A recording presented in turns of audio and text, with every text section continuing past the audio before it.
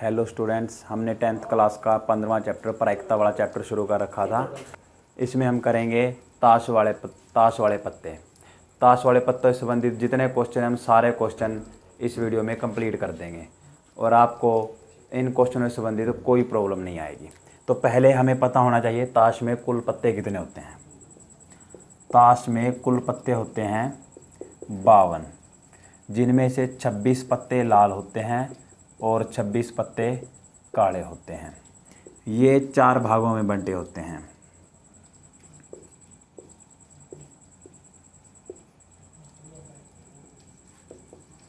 पान के पत्ते, चीड़ी के पत्ते, ईंट के पत्ते, हुकुम के पत्ते। पान के पत्ते 13 होते हैं, चिड़ी के पत्ते 13 होते हैं, ईंट के पत्ते 13 होते हैं, हुकुम के पत्ते 13 होते हैं।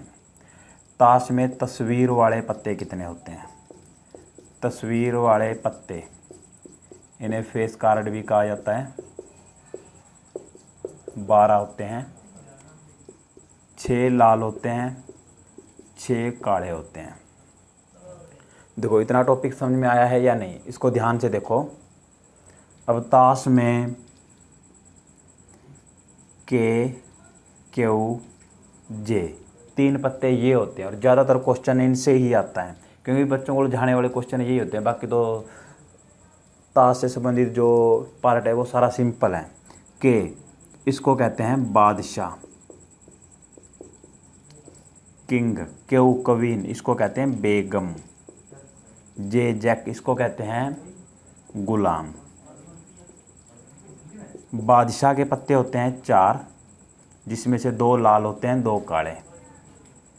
बेगम के पत्ते 4 होते हैं, जिसमें से 2 लाल होते हैं, 2 काले। गुलाम के पत्ते 4 होते हैं, जिसमें से 2 लाल होते हैं, 2 काले। अब हमें क्वेश्चन कैसे आ सकता है? क्वेश्चन ऐसे आ सकता है, देखो बादशाह, अब बादशाह में से देखो कितने बादशाह हैं? 4। एक बादशाह पान का होएगा, एक बादशाह चिड़ी का होएगा, एक बादशाह ईंट का होएगा, एक बादशाह हुकुम का। बेगम 4 हैं, एक बेगम पान की होएगी, एक बेगम चिड़ी की होएगी, एक बेगम ईंट की होएगी, एक बेगम हुकुम की होएगी। गुलाम 4 हैं, एक गुलाम पान का होएगा, एक गुलाम चिड़ी का होएगा, एक गुलाम ईंट का होएगा, एक गुलाम हुकुम का होएगा। हमें क्वेश्चन आ जाएगा पान का बादशाह। हमने प्रायिकता निकालनी है पान का बादशाह। पान का बादशाह, तो पहले हमें पता होना चाहिए, देखो हमें पता है बादशाह 4 होते हैं, 2 लाल होते हैं, 2 काले। लेकिन पान के बादशाह कितने होते हैं? 4 बादशाह होते हैं, एक पान का, एक चिड़ी का, एक ईंट का, एक हुकुम का। तो पान के बादशाह कितने हुए? 1। और ताश में कुल पत्ते कितने होते हैं? 52। बिल्कुल आसान है ना। अब हम इस ताश से संबंधित एक क्वेश्चन कर देख लेते हैं मैथ से। ताश की मैंने बहुत आसान ट्रिक बना रखी है, जिसने एक बार ये वीडियो देख ली ना, उसको कभी भी ताश वाले क्वेश्चनों में प्रॉब्लम नहीं आएगी। अब ये मैथ में क्वेश्चन नंबर 14 ताश वाला है ये। उसमें 6 पार्ट 7 पार्ट हैं। ये मैंने 6 पार्ट हैं, 3 पार्ट मैंने अलग से ऐड कर दिए ताकि आपको ताश से संबंधित कोई भी प्रॉब्लम ना रहे। पहला पार्ट, ताश से संबंधित पहला पार्ट है लाल रंग का बादशाह। हमने प्रायिकता निकालनी है लाल रंग का बादशाह। तो बादशाह कितने होते हैं? 4। 2 बादशाह लाल होते हैं, 2 काले, और ताश में कुल पत्ते होते हैं 52। सेकंड पार्ट, प्रायिकता निकालनी है तस्वीर वाले पत्ते। ताश में तस्वीर वाले पत्ते होते हैं 12, 6 लाल होते हैं, 6 काले। हमें चाहिए तस्वीर वाले पत्ते। तस्वीर वाले पत्ते होते हैं 12, कुल पत्ते होते हैं 52। ताश में लाल रंग का तस्वीर वाला पत्ता, देखो तस्वीर वाले पत्ते कितने होते हैं? 12। तो 6 लाल रंग के, 6 काले रंग के। तो लाल रंग के कितने हुए? 6, और कुल पत्ते 52। पान का गुलाम, देखो गुलाम कितने होते हैं? जे जैक, जे उसको गुलाम कहते हैं। गुलाम के पत्ते 4 होते हैं, 2 लाल 2 काले। तो ये हमने यहाँ पर जो मैंने डायग्राम बनाया था उसमें हमने कर लिया था कि एक गुलाम पान का होता है, एक गुलाम चिड़ी का होता है, एक ईंट का होता है, एक हुकुम का होता है। तो पान का गुलाम 1 होता है और कुल पत्ते 52। हुकुम के पत्ते कितने होते हैं? 13 और कुल पत्ते 52।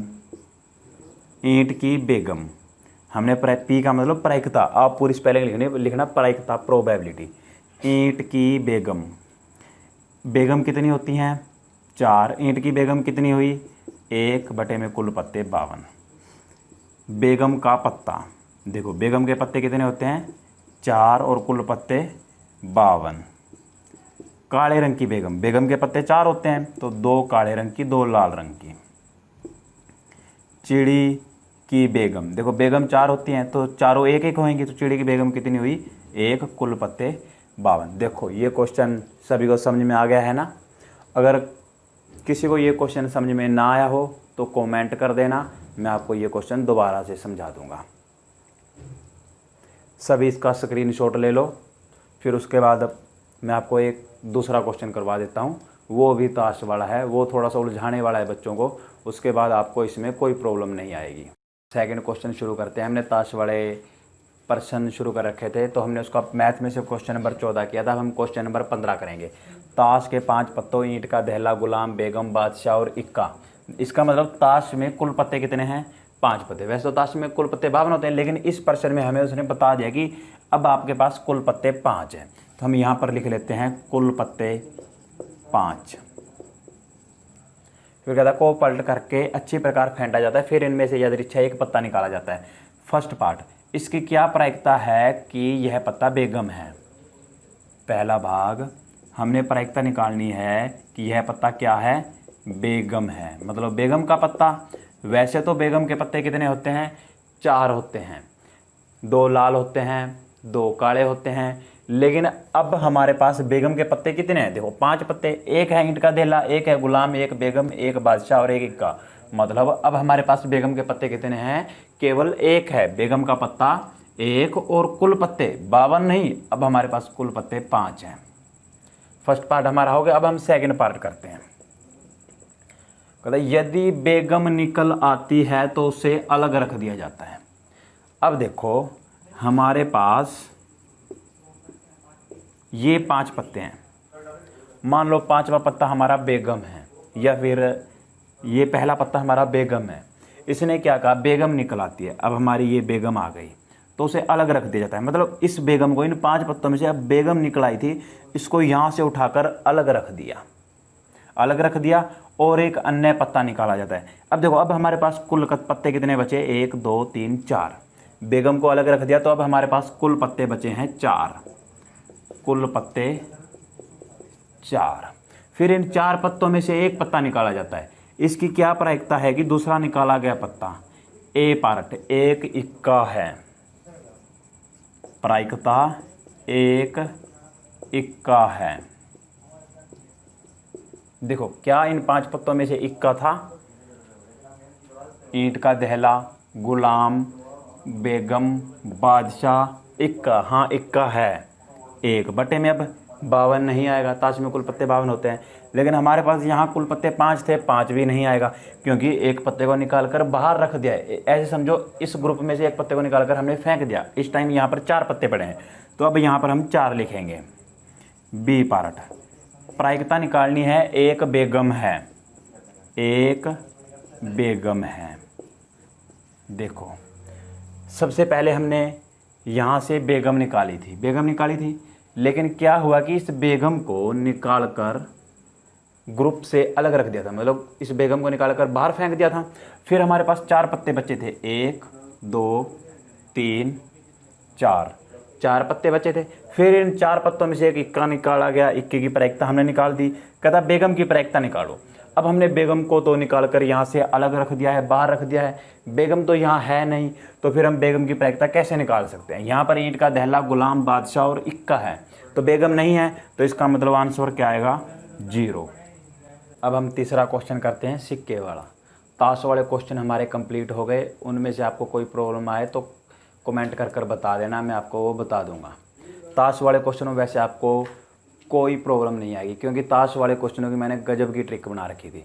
अब करते हैं हम सिक्के वाले क्वेश्चन। देखो एक सिक्के को हम फेंकेंगे तो उस पर हमारे पास कुल परिणाम कितने आ सकते हैं, उस पर हमारे पास कुल परिणाम आ सकते हैं 2, एक हेड आ सकता है या एक टेल। 2 सिक्कों को फेंकेंगे तो उस पर कुल 4 परिणाम आ सकते हैं, 2 हेड दो टेल, या एक हेड एक टेल, एक टेल एक हेड। 3 सिक्कों को फेंकेंगे तो इस पे आ सकते हैं कुल परिणाम 8।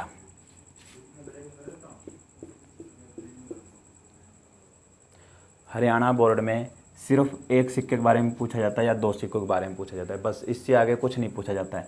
लेकिन मैं आपको इन तीनों के बारे में करवा देता हूँ। वैसे मैंने एक ट्रिक भी बना रखी है कि हम एक सिक्के से कुल परिणाम कितने प्राप्त कर सकते हैं।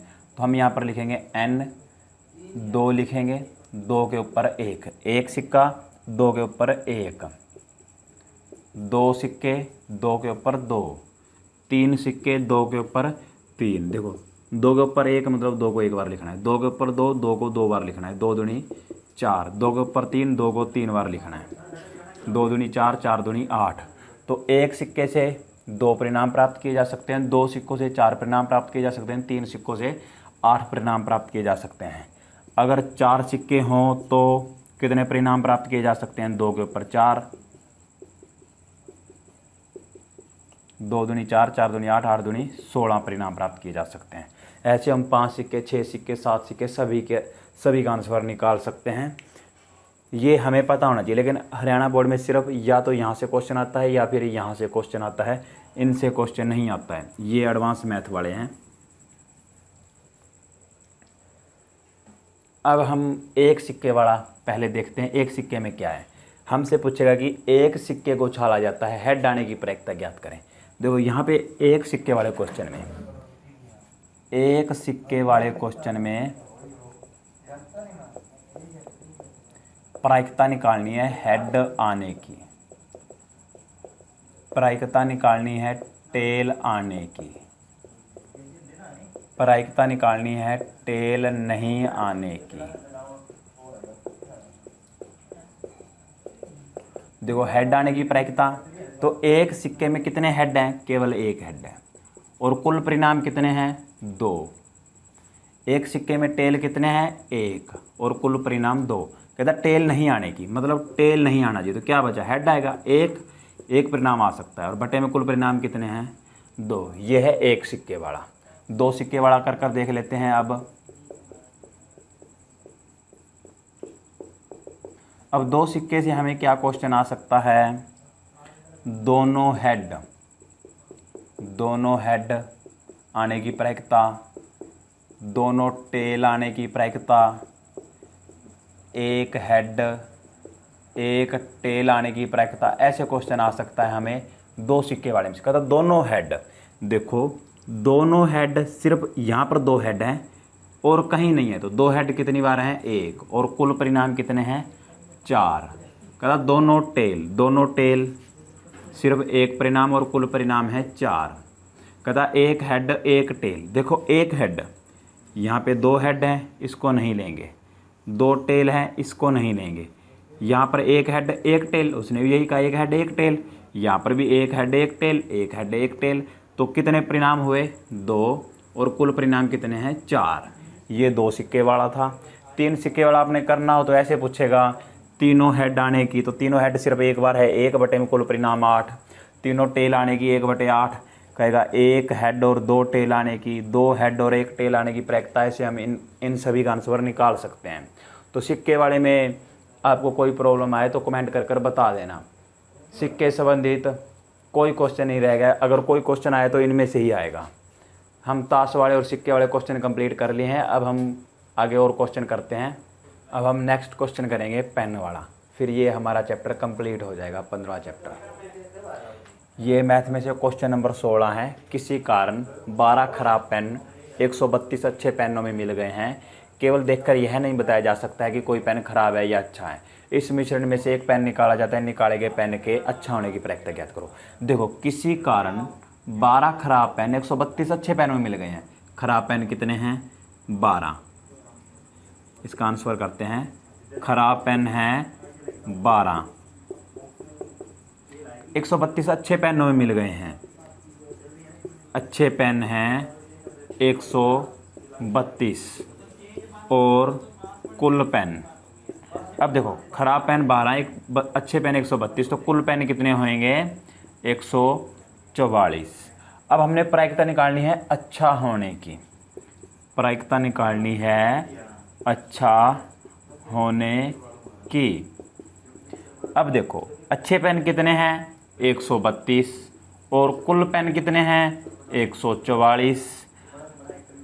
वैसे ये हमें कह नहीं रखा है, मैं आपको एक ये चीज़ एक्स्ट्रा बता रहा हूँ कि हमें पेपर में प्रश्न आ जाता है अच्छा नहीं होने की, अच्छा नहीं होने की, तो इसका आंसर क्या आएगा। कहता अच्छा नहीं होने की मतलब अच्छा नहीं होना चाहिए। तो देखो ये तो अच्छा है, ये अच्छा नहीं है तभी खराब है, अगर अच्छा होता फिर खराब थोड़ा ना होता। ये अच्छा नहीं है इसका मतलब ये हमें खराब पेन की कह रहा है। तो 132 अच्छे पेन है, 12 पेन अच्छे नहीं हैं, तो ये 12 पेन अच्छे नहीं है और बटे में कुल पेन 144। अगर हमें क्वेश्चन आ जाता है खराब होने की प्रक्रिया ज्ञात करो, तो खराब पेन कितने हैं 12 और बटे में कुल पेन 144। अब हमारा 15वां चैप्टर कंप्लीट हो चुका है और यहाँ पर कुछ क्वेश्चन लगा देते हैं आपके होमवर्क के लिए। आप इन क्वेश्चनों को कर देख लेना। अगर आपको कोई प्रॉब्लम आए तो कमेंट कर देना, वो सारे क्वेश्चन मैं आपको करवा दूंगा, चाहे उसके लिए अलग से वीडियो बनानी पड़े हमें। चैनल को लाइक करना मत भूलना, अपने फ्रेंड्स के साथ शेयर ज़रूर करना, सब्सक्राइब करना और कमेंट करना। अगर आप ऐसी गजब की ट्रिक पाना चाहते हो तो चैनल को लाइक ज़रूर करना, शेयर करना, सब्सक्राइब करना। अगर आपको किसी भी टॉपिक पर, किसी भी सब्जेक्ट, कोई भी क्लास हो, वीडियो चाहिए हो तो कमेंट में लिख देना, आपको उस टॉपिक पर वीडियो मिल जाएगी।